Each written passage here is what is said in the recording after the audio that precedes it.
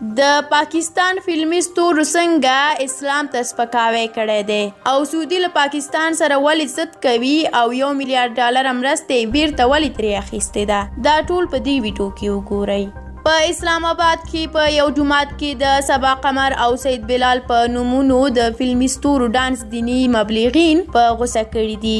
دغې فلمي جوړې د یوې سندرې لپاره د کلیپ جوړولو پر مهال په جومات کې ډانس وکړ او ویډیو یې هم په ټولنیزو رسنیو کې خپره کړې ده. د دوی په دې کار په نوره اسلامي نړۍ کې کلک انتقادونه شوي، خو په پاکستان کې چې ځان ته اسلامي هیواد وایي زرګونه جوماتونه او مدرسې پکې فعال دي، ټول چوپ خوله ناست دي.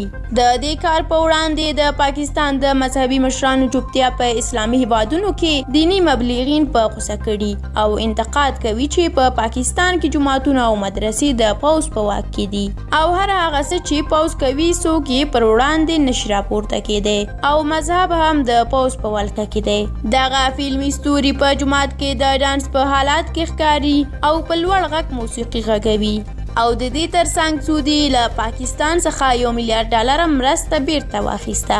سعودي عربستان د پاکستان په بهرني سیاست کې د یو شمېر معاملو له امله په غوسه شوی دی او په بدل کې له دغه هیواد څخه خپل $1 میلیارډ مرسته بیرته اخیستې ده.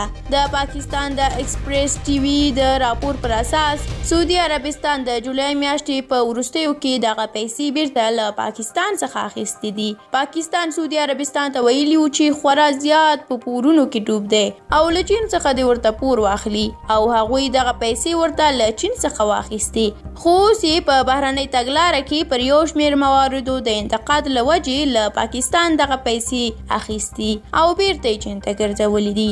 دغه راز ګڼو شنونکو ادعاوې کړي دي چې په دې وروستیو کې د سعودي عربستان او پاکستان ترمنځ په یو شمېر مواردو جنجالونه رامنځته شوي دي او دغه اړیکې ورځ تر بلې د خرابېدو په حالت کې دي. رسنۍ وايي پاکستان له نړیوالو پورونو څخه د ځان خلاصولو لپاره له سعودي عربستان څخه دغه پور اخیستی و، خو اوس بیرته په ګرځولو سره یې دغه هیواد نور هم د سود په پور کې ډوبیږي او له امله یې همدا اوس په دې هیواد کې کاري فرصتونه 100% راکم شوي دي. د معلوماتو پر اساس د عمران خان د واکمنۍ پر مهال پاکستان $26.2 میلیارډ پوره وړی شوی دی. ډیره مننه چې ویډیو م تر پایه ولیدله. که د سعودي عربستان او پاکستان په اړه کوم نظر لرئ او یا هم د دې فلمي ستورو په اړه، نو زموږ سره یې په کومنټ کې شریک کړئ او که زموږ یوټیوب چینل ما هم سبسکرایب کړی نه وي نو سبسکرایب یې کړئ. تر بلې ویډیو الله مو مل شه، ښه وخت ولرئ.